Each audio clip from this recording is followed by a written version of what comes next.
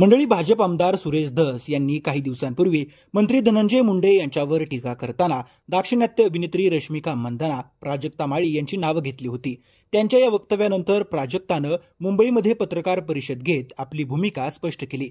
राजकारणासाठी महिला कलाकारांच्या नावाचा गैरवापर होणं चुकीचं आहे, त्यामुळे सुरेश धस यांनी माफी मागावी अशी मागणी तिनं केली होती. या प्रकरणी अभिनेत्रीनं मुख्यमंत्र्यांची भेट घेत निवेदन सादर केलं होतं.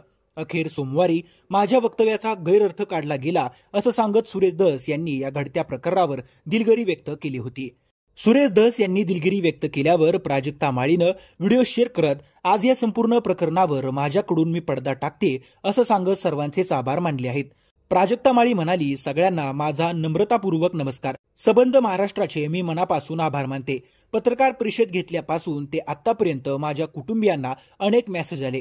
महिलांच्या सन्मानासाठी सर्व स्तरातून आवाज उठवला गेला, मला पाठिंबा दिला गेला, यामुळे आम्हाला बळ मिळालं, समाधान वाटलं. खूप खूप धन्यवाद. याशिवाय आमदार सुरेश धस यांचेही मी मनापासून आभार मानते.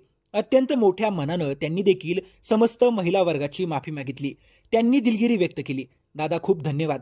यामुळे तुम्ही छत्रपती शिवाजी महाराजांच्या विचाराचे पाईक आहात हे दाखवून दिलं.